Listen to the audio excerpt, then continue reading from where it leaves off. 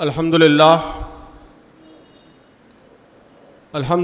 الذی علم بالقلم علم الانسان ما لم يعلم واشهد ان لا الہ الا اللہ وحدہ لا شریک لہ واشهد ان محمدا عبدہ ورسولہ بعثہ اللہ فی الأمیین یعلمہم الکتاب والحکمہ صلی اللہ وسلم وبارک علیہ وعلی آلہ واصحابہ ومن تبعہم بإحسان الی یوم الدین فاعوذ باللہ من الشیطان الرجیم بسم اللہ الرحمن الرحیم یرفع اللہ الذین آمنوا منکم والذین اوتوا العلم درجات واللہ بما تعملون خبیر صدق اللہ العظیم رب اشرح لی صدری ویسر لی امری واحلل عقدۃ من لسانی یفقہوا قولی۔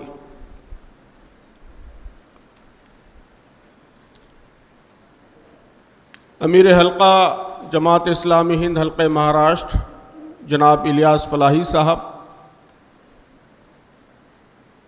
اسٹیج پر تشریف فرما دیگر ذمہ داران اور مہمانان گرامی اور ریاست بھر سے تشریف لائے معزز اساتذہ اکرام، بھائیوں اور بہنوں، السلام علیکم ورحمۃ اللہ وبرکاتہ۔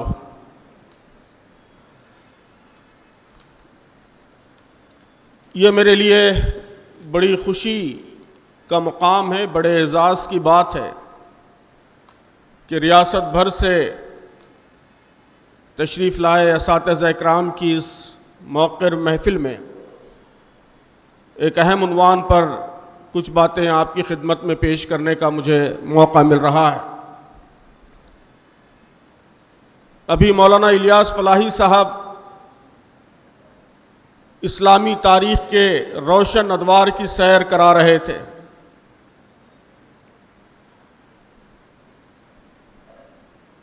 ہم سب یہ محسوس کرتے ہیں کہ تاریخ کے روشن ادوار میں اسلام کی تعلیمات سے انسپائر ہو کر یہاں سے جذبہ اور روشنی حاصل کر کے مسلمانوں نے ساری دنیا میں علم کی شمعیں روشن کی اور تہذیب کو نئی بلندیاں، نیا عروج عطا کیا۔ لیکن اب بدقسمتی سے معاملہ بالکل ریورس ہو چکا ہے، الٹا ہو چکا ہے۔ تاریخ میں روشن کارنامے تو موجود ہیں، لیکن مسلمانوں کا حال، ان کی آج کی صورتحال اس تاریخ سے کوئی میل نہیں کھاتی، دونوں میں بالکل تضاد ہے، کنٹرڈکشن ہے۔ اور آج ہمارے ملک میں بھی اور ساری دنیا میں بھی تعلیمی اعتبار سے پسماندہ ترین گروہوں میں ہمارا شمار ہوتا ہے، اور علمی کنٹریبیوشنز میں اس دنیا کو بنانے، سنوارنے، اس کو بہتر بنانے میں ہمارا رول بہت منیمم، بہت کمزور، بہت نیگلیجبل ہو چکا ہے۔ اس صورتحال کو بدلنے کی ذمہ داری سب پر عائد ہوتی ہے، امت کے ہر طبقے پر عائد ہوتی ہے، لیکن خاص طور پر، فطری طور پر جو لوگ تعلیم کے شعبے سے وابستہ ہیں، تدریس کے مقدس پروفیشن سے جن کا تعلق ہے، ان کی اضافی ذمہ داری ہے، ایڈیشنل رسپانسبلٹی ہے کہ وہ اس صورتحال کو بدلنے پر توجہ دیں۔ اس صورتحال کو بدلنے کے لیے دونوں پہلوؤں پر توجہ ضروری ہے، جس کا اس موضوع میں احاطہ کیا گیا ہے۔ فکری و نظری پہلو اور فنی و تکنیکی پہلو۔ تعلیم کا عمل اسی وقت مؤثر بن سکتا ہے، اسی وقت نشت ثانیہ کا ذریعہ بن سکتا ہے، اسی وقت عروج کا ذریعہ بن سکتا ہے جب وہ یہ دونوں طرح کے محاسن اپنے اندر رکھتا ہو، فکری اور نظری اعتبار سے بھی بالیدگی ہو، پختگی ہو اس عمل میں، اور فنی اور تکنیکی لحاظ سے بھی معیاری عمل ہو۔ فکر و نظر یہ تعلیم کی روح ہے، تعلیم کا سول ہے، اس کی اسپرٹ ہے، اور فن اور تکنیک یہ تعلیم کا جسم ہے، باڈی۔ اسلام کی خصوصیت یہ ہے کہ اس نے روح اور جسم دونوں پر توجہ دی۔ دنیا میں روایتی مذہبوں نے روح کو بہت زیادہ توجہ دی، جسم پر توجہ نہیں دی۔ مادہ پرست نظریات نے جسم کو اپنی توجہ کا موضوع بنایا، روح سے غافل ہو گئے۔ لیکن اسلام کی خصوصیت یہ ہے کہ یہ دین متوسط ہے، یہ امت وسط کا دین ہے، اعتدال کا دین ہے، عدل اس کی پہچان ہے۔ تو روح اور جسم دونوں کو اس نے مخاطب کیا ہے۔ تو اسلام جو تعلیم چاہتا ہے اس میں بھی روح اور جسم دونوں مطلوب ہیں۔ فکر و نظر جو تعلیم کی روح ہے، اور فن اور تکنیک جو تعلیم کا جسم ہے، تعلیم کی باڈی۔ تو آج کے اس پروگرام جو مرکزی موضوع رکھا گیا ہے اس میں ان دونوں پہلوؤں کا احاطہ کرنے کی کوشش کی گئی ہے۔ کچھ باتیں میں دونوں پہلوؤں پر عرض کرنے کی کوشش کروں گا۔ نظریہ، فکری و نظری محاسن۔ تو محترم اساتذہ اکرام، مجھ سے زیادہ آپ سب یہ بات جانتے ہیں، سمجھتے ہیں کہ فکر اور نظریے کے بغیر تعلیم کا تصور ممکن ہی نہیں ہے، پاسبل ہی نہیں۔ اب بعض لوگ یہ بات کہنے کی کوشش کر رہے ہیں کہ تعلیم کو نیوٹرل ہونا چاہیے، آبجیکٹو ہونا چاہیے، لیکن یہ ممکن نہیں ہے، پاسبل نہیں ہے۔ تعلیم کا کوئی عمل فکر اور نظریے سے خالی نہیں ہو سکتا۔ تعلیم کا کام صرف بازار کی مانگ پورا کرنا نہیں ہے۔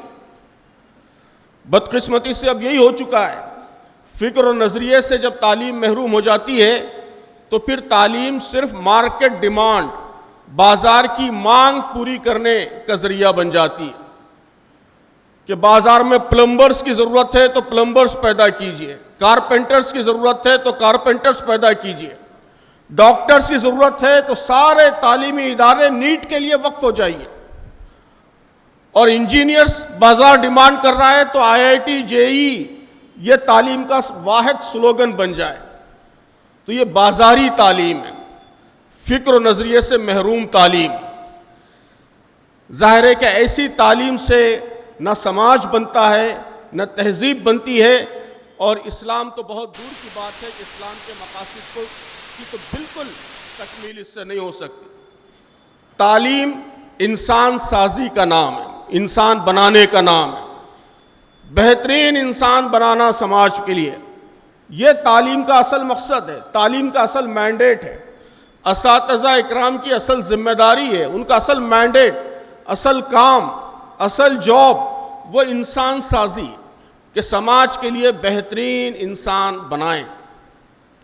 تعلیم سماج سازی کا کام ہے کہ جب آپ اچھے انسان بنائیں گے تو اچھا سماج بنائیں گے، اچھی سوسائٹی بنائیں گے۔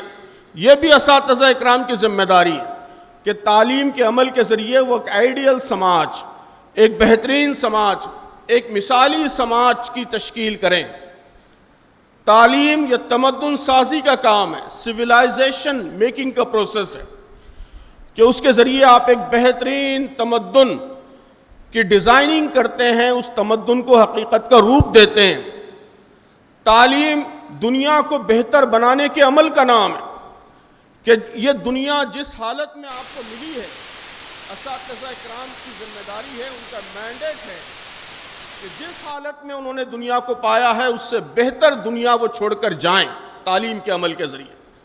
بچوں کو اس طرح تیار کریں کہ وہ ایک بہتر دنیا کی تشکیل کر سکیں، ہر اگلی جنریشن پچھلی جنریشن کے مقابلے میں زیادہ بہتر دنیا میں رہ سکے، بہتر دنیا ہر اعتبار سے، اخلاق کے اعتبار سے، سیاست و معیشت کے اعتبار سے، سماجی اعتبار سے اور سہولتوں کے اعتبار سے، ٹیکنالوجی کے اعتبار سے، فیسلٹیز کے اعتبار سے، ہر اعتبار سے ایک بہتر دنیا کی تشکیل، یہ تعلیم کے عمل کا نام، تعلیم کا عمل ہے۔ تعلیم مستقبل سازی کا نام، الٹرنیٹیو فیوچر، ایک بہتر مستقبل، ایک اچھا مستقبل، ایک شاندار مستقبل، اس کی تعمیر یہ تعلیم کے ذریعے ہوتی ہے۔ تو ظاہر ہے کہ یہ سارے کام نظریے کے بغیر ممکن نہیں ہے۔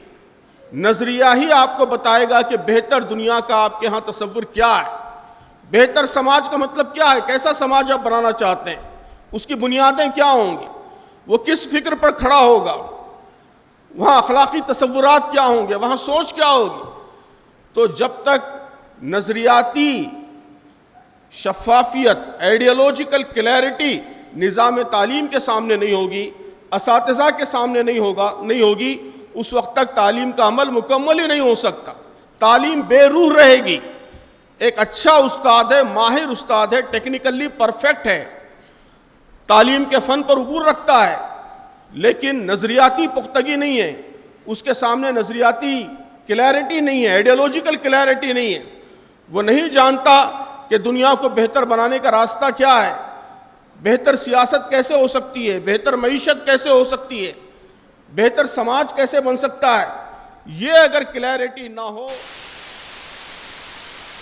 تو صرف ٹیکنیکل مہارت کے ذریعے وہ ایک اچھا استاد نہیں بن سکتا، وہ تعلیم کے عمل کا حق ادا نہیں کر سکتا۔ وہ جو کچھ پڑھا رہا ہے اس سے بازار کی ضرورتیں تو پوری ہو سکتی ہیں، لیکن جس چیز کو تعلیم کہا جاتا ہے، دنیا کے ہر فلسفے میں جسے تعلیم کہا گیا ہے، وہ تعلیم کا عمل اس کے ذریعے نہیں ہوگا۔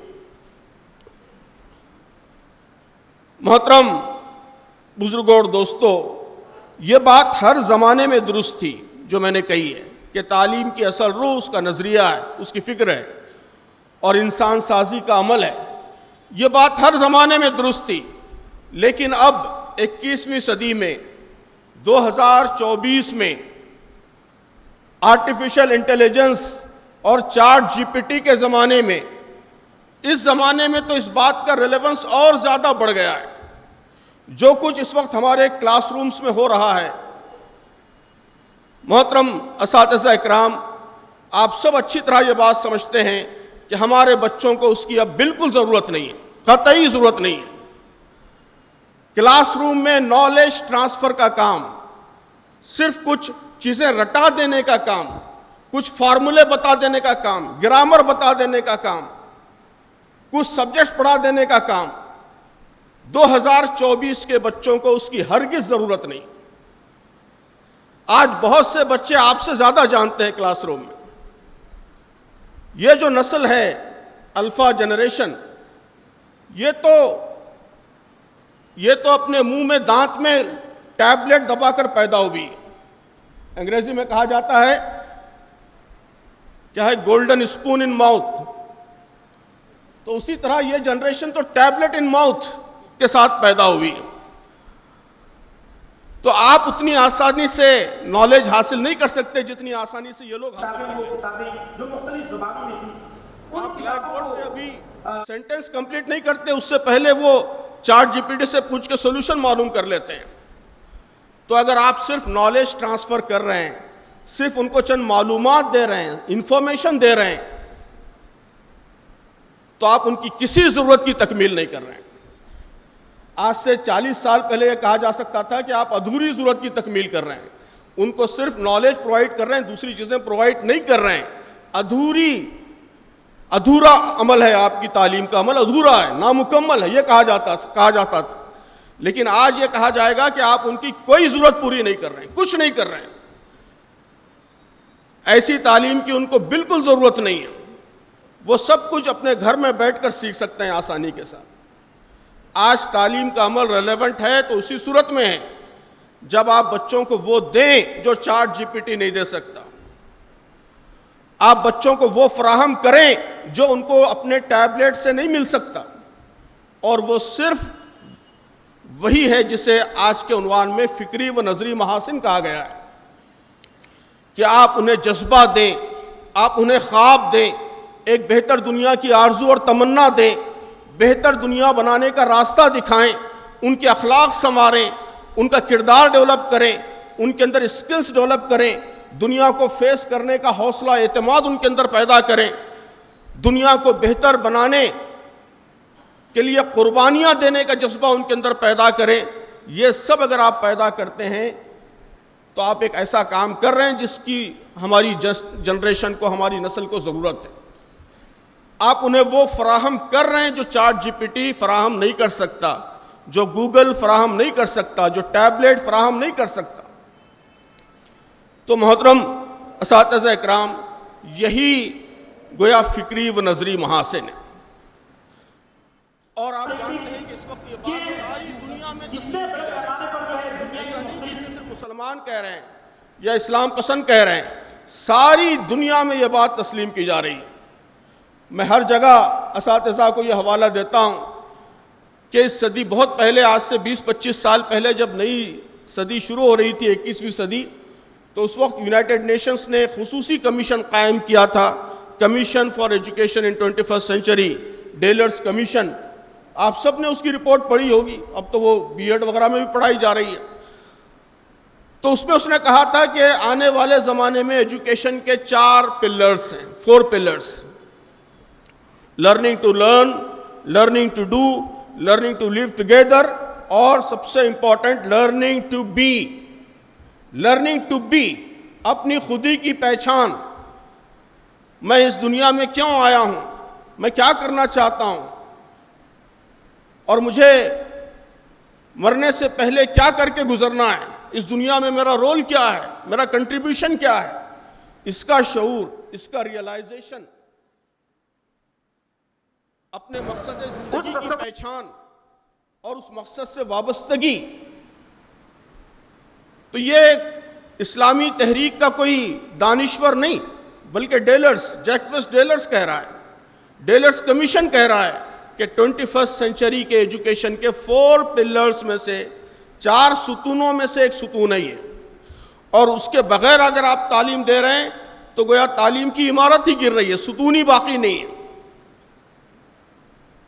تو ہمارے اساتذہ کے لیے یہ انتہائی ضروری ہے کہ فکری لحاظ سے، نظریاتی لحاظ سے وہ پختہ ہوں، ان کا ہر لیسن، ان کی ہر کلاس یہ طالب علم کو راستہ دکھائے، اس کے جذبات کی تربیت کرے، اس کے شعور کی تربیت کرے، اس کی زندگی کا مقصد متعین کرے۔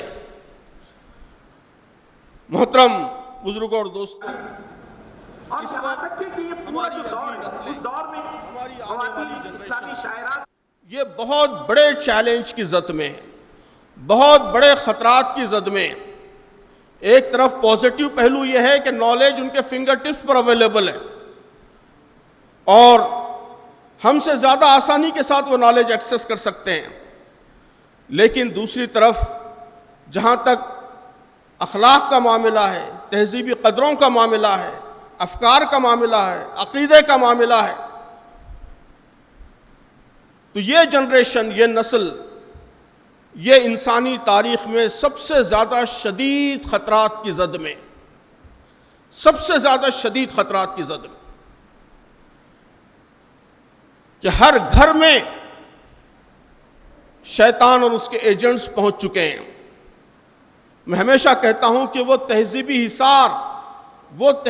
حصار جس میں پل کر میں اور آپ جوان ہوئے ہیں، ہم سے پہلے کی جنریشنز جوان ہوئی ہیں، ہمارے بچوں کو وہ تہذیبی حصار میسر نہیں، وہ تہذیبی حصار پوری طرح مسمار ہو چکا ہے، پوری طرح زمین بوس ہو چکا ہے۔ عائشہ رضی اللہ تعالیٰ عنہ ان کے ہمارے بچوں کو کوئی پڑوسی کہنے والا نہیں کہ بیٹا نماز کو جاؤ، محلے میں کوئی بزرگ نہیں ہے جو کہے کہ بیٹے گالی مت دو، یہ کہنے والے اب کوئی نہیں۔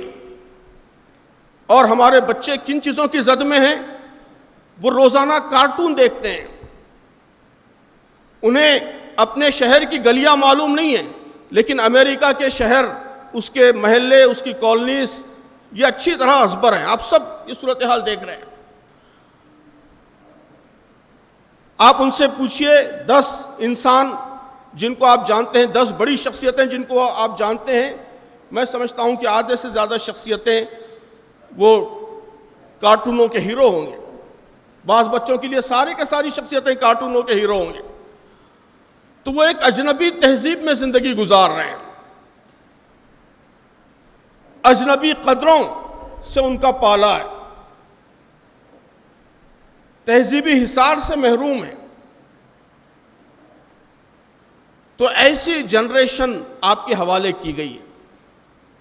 اسے آپ کو انسان سازی کے لیے، سماج سازی کے لیے، تمدن سازی کے لیے تیار کرنا ہے، استعمال کرنا ہے. دور رسالت میں بھی تو یہ بہت بڑا چیلنج، ہمالیائی چیلنج ہے آپ کے سامنے.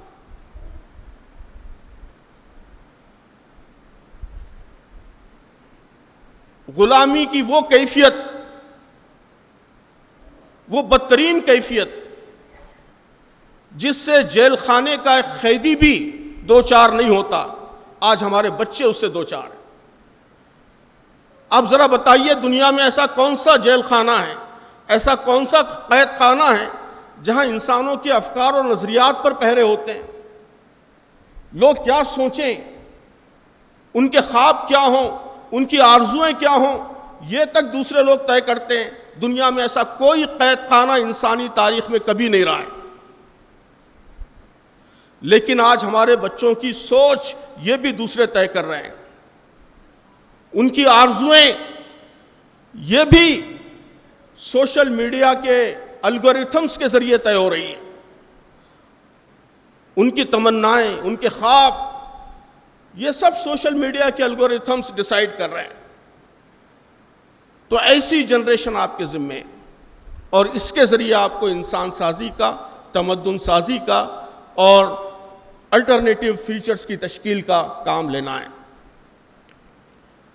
تو آپ ذرا سوچئے کہ کتنا بڑا چیلنج اس دور کے اساتذہ کے سامنے ہے. اکبر الہ آبادی نے بہت پہلے کہا تھا، یوں قتل سے وہ بچوں کے بدنام نہ ہوتا، افسوس کے فرعون کو کالج کی نہ سوچی. ہمارے زمانے کے فرعونوں کو کالج کے علاوہ بھی بہت سارے بریلینٹ آئیڈیاز سوجے ہیں. انہیں ٹیکنالوجی سوجی ہے، انہیں گیمز سوجے ہیں، انہیں کارٹون سوجے ہیں، انہیں سوشل میڈیا سوجا ہے، انہیں کیریئر کی دوڑ سوجی ہے، معاش کی فکر سوجی ہے. تو بچوں کا قتل جتنا آسان 2024 میں ہے، اتنا آسان تاریخ کے کسی دور میں نہیں تھا. عصر حاضر ملک الموت ہے تیرا، جس نے قبض کی روح تیری دے کے تجھے فکر معاش. تو محترم اساتذہ اکرام، اس چیلنج کا مقابلہ کرنا ہے. اس چیلنج کا مقابلہ کرنے کا سب سے کارگر فارمولا وہی ہے جو علامہ اقبال 100 برس پہلے اساتذہ کو بتا کر چلے گئے ہیں کہ جوہر میں ہو لا الہ تو کیا خوف، تعلیم ہو گو فرنگی آنا. جوہر میں ہو لا الہ تو کیا خوف، تعلیم ہو گو فرنگی آنا. شاخ گل پر چہک ولیکن کر اپنی خودی میں آشیانہ. تو اساتذہ کا کام، سب سے اہم کام کلاس روم میں، وہ نیٹ کے لیے تیار کرنا نہیں ہے، معاف کیجیے، وہ JEE کے لیے تیار کرنا نہیں ہے، وہ صرف نالج ٹرانسفر کرنا نہیں ہے، بلکہ اساتذہ کا سب سے اہم کام طلبہ کی تعلیم کے جوہر میں لا الہ رکھ دینا ہے. آپ سوچیں یہ کتنا بڑا کارنامہ ہے. ان کو اپنی خودی میں آشیانہ بنانے کے لائق بنانا ہے. یہی نظریاتی کام ہے، اور یہی فکری و نظریاتی محاسن ہے تعلیم کے. اس کے لیے ہمارے اساتذہ کو بھی تیار ہونا ہوگا. ان کی تیاری، ان کی تربیت یہ بہت ضروری ہے. اس پروگرام کا بھی یہی مقصد ہے. جیسا کہ میں نے عرض کیا کہ ہمارے دور کا بڑا المیہ یہ ہے کہ تعلیم کا عمل بھی ایک میکینیکل عمل، ایک مشین پروسیس بن گیا ہے. ہماری ساری زندگی مشینوں میں گھری ہوئی ہے، تعلیم بھی ایک مشین بن گئی ہے. تو استاد اور معلم کا جو ملٹی ڈائمینشنل ہمہ جہت رول تھا، وہ رول گم ہو گیا. اور وہ محض سلیبس کمپلیٹ کرنے کی مشین، کوئی ٹیسٹ میں کوالیفائی کرا دینے کی مشین، اچھے مارکس اسکور کرا دینے کی مشین سب سے پہلی ضرورت یہ ہے کہ ہم کو اپنے رول کا احساس ہو کہ معلمی ٹیچنگ یہ انقلاب کا عمل ہے، سراسر انقلاب کا عمل ہے۔ میں اساتذہ سے ہمیشہ کہتا ہوں کہ جس ٹیچر کے ساتھ انقلاب کی حیرت انگیز داستانیں وابستہ نہ ہوں وہ ٹیچر ہرگز نہیں ہے۔ ہر ٹیچر کے پاس ایسے واقعات ہونے چاہیے کہ میں نے اپنے بچوں کی زندگیوں میں یہ انقلاب برپا کیا ہے، غیر معمولی انقلاب، حیرت انگیز انقلاب۔ آپ نے یہ کنسپٹ بھی کئی جگہ سنا ہوگا، transformational teaching versus transactional teaching. تو آج کے دور کا اصل المیہ ٹرانزیکشنل ٹیچنگ ہے کہ ٹیچنگ یہ محض ایک ٹرانزیکشن، ایک میکینیکل عمل بن گیا۔ استاد اور شاگرد کے درمیان جو رشتہ ہے وہ ایک ٹرانزیکشن ہے، ٹرانزیکشن۔ جس طرح تاجر اور خریدنے والے کے درمیان ٹرانزیکشن ہوتا ہے، اس طرح استاد اور تاجر اور شاگرد کے درمیان بھی ٹرانزیکشن، کہ ٹیچر کچھ معلومات فراہم کر دیتا ہے، کسی ٹیسٹ کو کوالیفائی کرنے کے لائق بنا دیتا ہے، کچھ نوٹس دے دیتا ہے، فارمولہ سکھا دیتا ہے، ایکسرسائز کرا دیتا ہے، موک ٹیسٹ کرا دیتا ہے، اور بدلے میں فیس یا تنخواہ لے کر چلا جاتا ہے۔ تو صرف ایک ٹرانزیکشن۔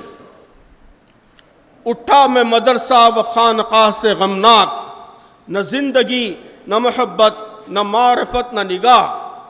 تو اس میں اقبال نے جو ماتم کیا ہے وہ اسی ٹرانزیکشنل ٹیچنگ کا ماتم ہے۔ اس کے مقابلے میں ٹرانسفارمیشنل ٹیچنگ وہ وہی ہے جس کی طرف میں اشارہ کر رہا ہوں، جو اقبال کے الفاظ میں زندگی، محبت، معرفت اور نگاہ عطا کرے،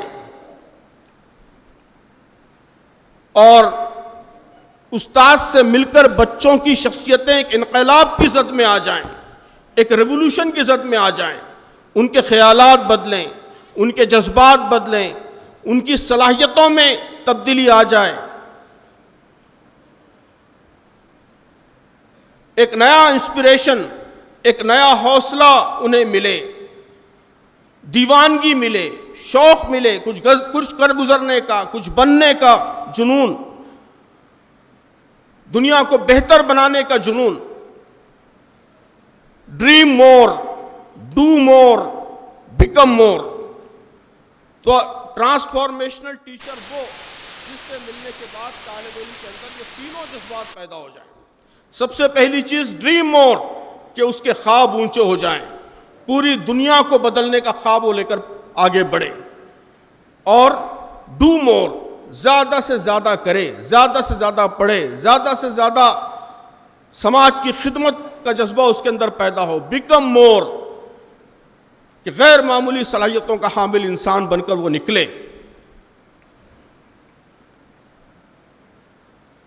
تو محترم اساتذہ اکرام،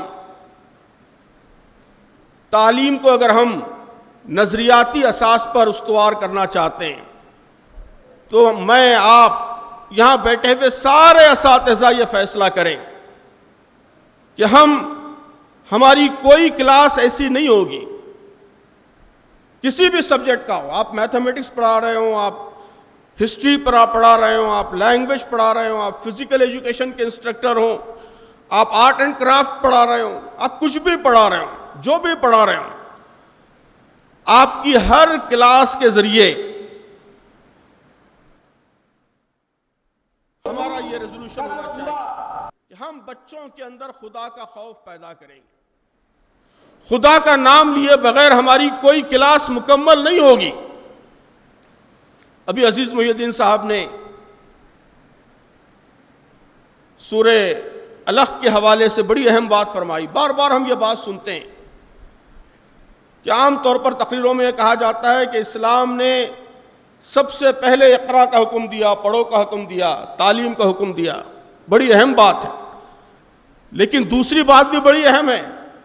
بات صرف اتنی نہیں ہے کہ تعلیم کا حکم سب سے پہلے آیا ہے، سب سے پہلا حکم اقرا کا آیا ہے، بلکہ دوسری بات بھی بڑی اہم ہے کہ تعلیم کا حکم آیا ہے لیکن ساتھ ہی یہ بھی کہا گیا کہ اقرا بسم ربک، پڑھو لیکن اپنے رب کے نام سے پڑھو۔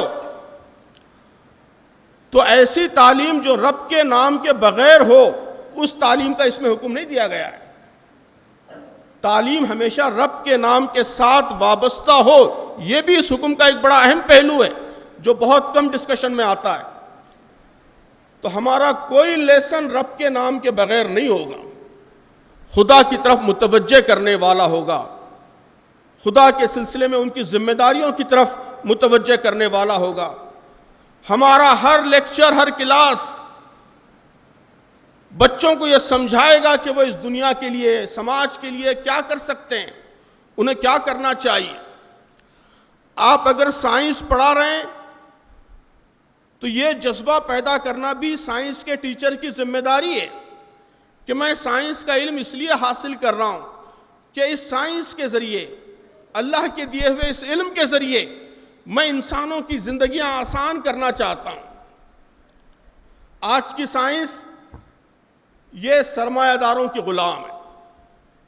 آپ دیکھیے سائنس اور ٹیکنالوجی میں دنیا میں جو ریسرچ ہو رہی ہے، دنیا کے بہترین دماغ، ساری دنیا کے، خود ہمارے ملک میں IES میں جو انڈین انجینئرنگ سروسز ہے، اس میں ٹاپ کرنے والے جو انجینئرس ہیں وہ کہاں جاتے ہیں؟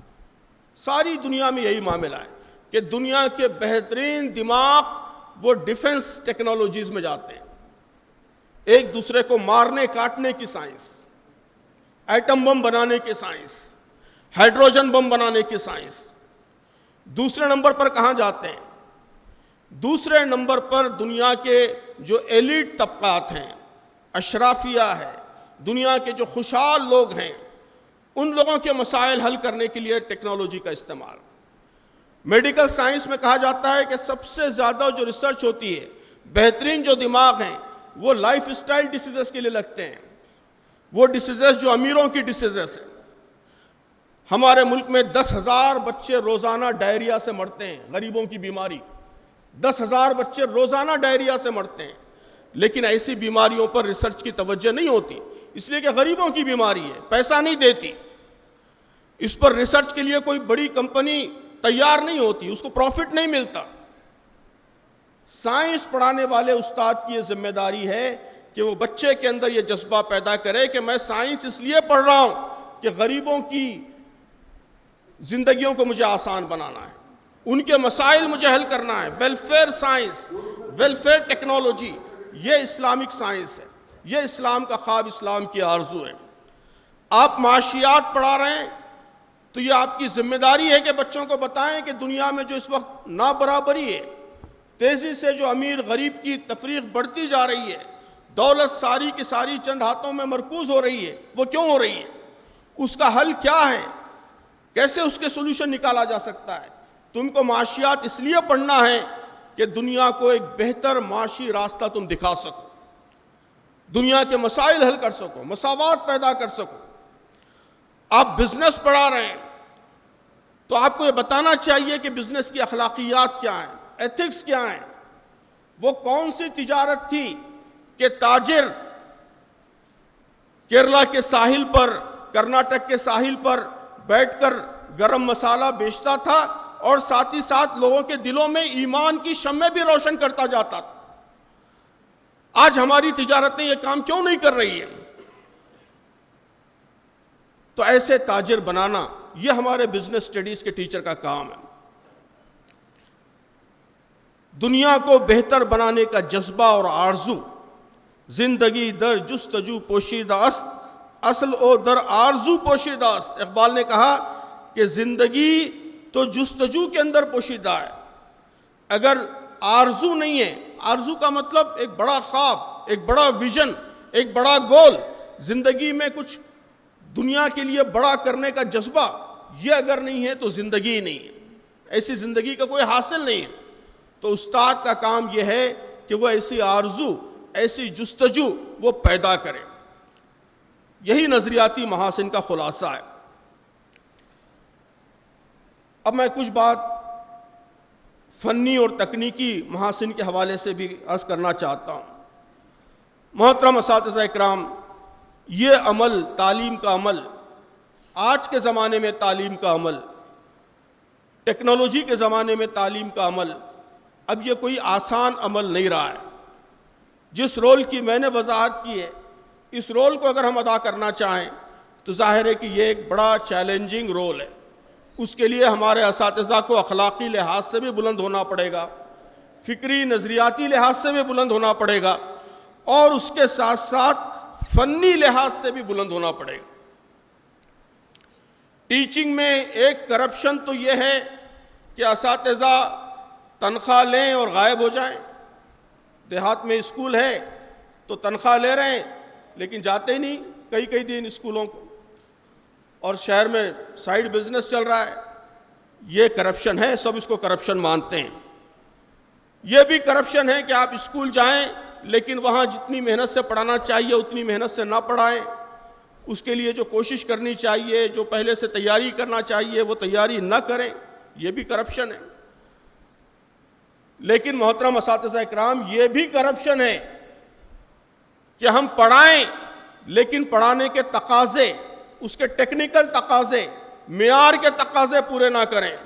معیار کے لیے جو تیاری ضروری ہے، جو ٹریننگ ضروری ہے، آج کے زمانے میں ٹیکنالوجی پر جو دسترس ضروری ہے، مختلف تکنیکوں پر جو دسترس ضروری ہے، وہ دسترس ہم حاصل نہ کریں، اس کے بغیر جا کر بچوں کو پڑھائیں، یہ بھی کرپشن ہے۔ یہ بھی کرپشن ہے۔ اس کرپشن سے بھی ہم کو اپنے آپ کو بچانا ہے۔ اسلام اس معاملے میں غیر معمولی حساس ہے۔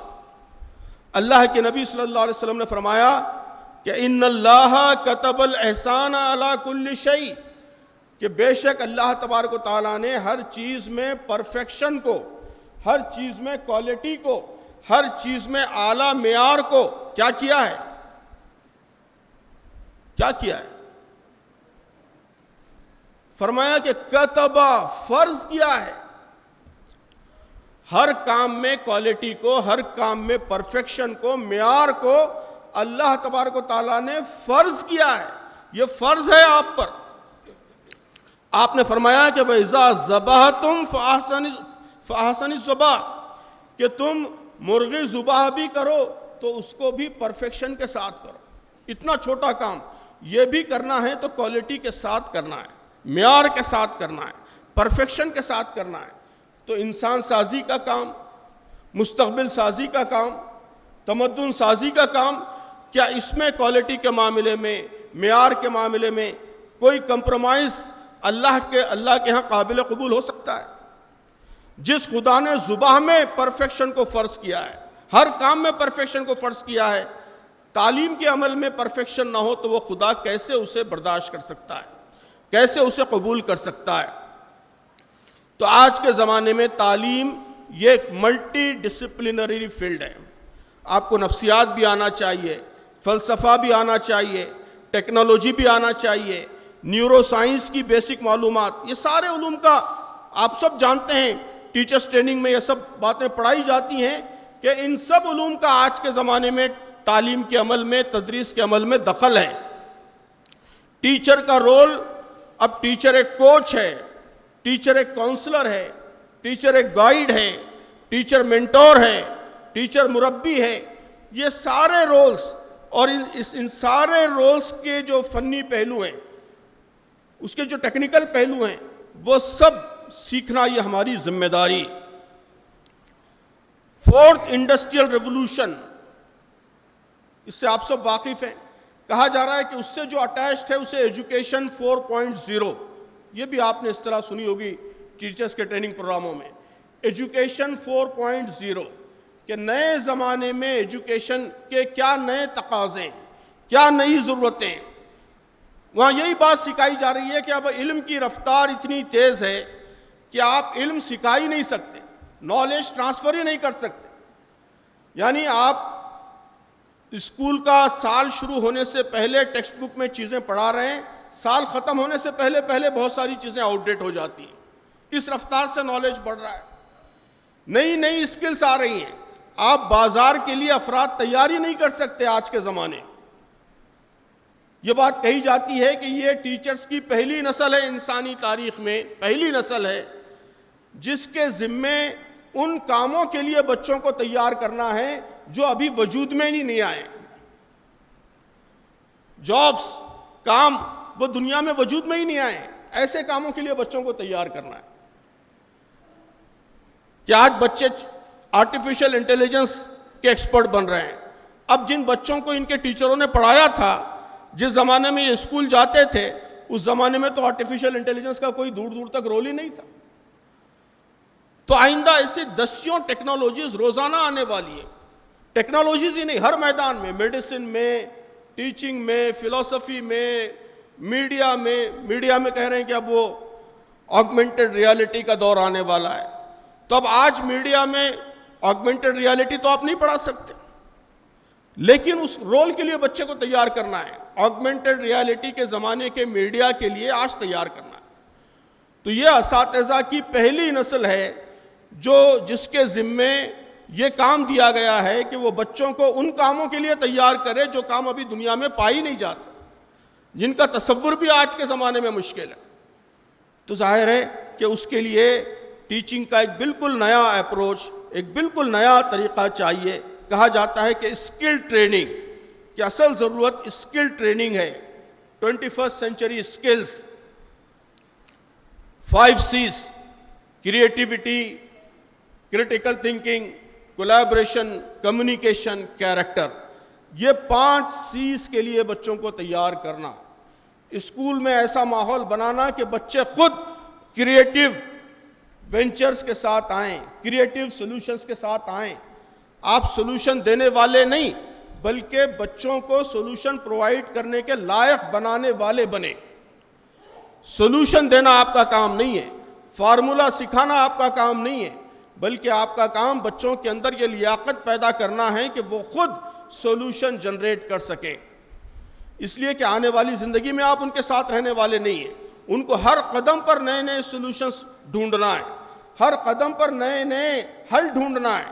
یہ صرف بزنس میں نہیں ہے، یہ صرف ٹیکنالوجی میں نہیں ہے، زندگی کے ہر شعبے میں ہے. پالیٹکس میں آج روزانہ نئے نئے تجربات ہو رہے ہیں. بچوں کو اس لائق بننا ہے کہ جو پولیٹیکل چیلنجز آ رہے ہیں اس کو وہ نئے نئے کریٹیو سولوشنز کے ذریعے فیس کر سکیں. سماجی خدمت کے نت نئے طریقے لوگ ڈھونڈ رہے ہیں، نئے نئے انوویٹیو میتھڈز کے ساتھ وہ سماج کو بہتر بنانے کی کوشش کر رہے ہیں. ہمارے بچے اس لائق بنے تو کریٹیکل تھنکنگ ان کے اندر پیدا ہو، ان کے اندر کریٹیوٹی پیدا ہو، ان کے اندر کمیونیکیشن کی صلاحیت پیدا ہو. یہ کہا جا رہا ہے کہ 21st سینچری یہ استاد کا محترم اساتذہ اکرام، یہ دونوں پہلوؤں پر توازن کے ساتھ توجہ، یہ گویا اصل تقاضا ہے جو ہمارے سارے اساتذہ سے ہمارا زمانہ کرتا ہے کہ فکری اور نظری پہلوؤں پر بھی ان کی توجہ ہو اور فنی اور تکنیکی پہلوؤں پر، ٹیکنیکل پہلوؤں پر زمانے کی ضرورت کے لحاظ سے ہمارا ٹیچنگ کا عمل کیسے بہتر سے بہتر ہو، ایفیکٹو ہو، اس پر بھی ان کی بھرپور توجہ ہو. تو ایسے اساتذہ اگر ہم کو ملیں گے، تیار ہوں گے، تو اسی کے نتیجے میں وہ دور واپس لایا جا سکتا ہے جس کا بہت ہی شاندار نقشہ ابھی امیر حلقہ نے ہمارے سامنے پیش کیا ہے. ورنہ یہ صرف کتابوں میں باتیں لکھی رہیں گی، کبھی ریئلائز نہیں ہوں گی. ان باتوں کو ریئلائز کرنے کے لیے ہم کو ایک نئی جنریشن چاہیے، ایک نئی نسل چاہیے، اور وہ نسل، وہ جنریشن صرف آپ ہی تیار کر سکتے ہیں. تو میں اللہ تعالیٰ سے دعا کرتا ہوں کہ اللہ تعالیٰ اس عظیم چیلنج سے نبرد آزما ہونے کی ہم سب کو توفیق عطا فرمائے، صلاحیت عطا فرمائے.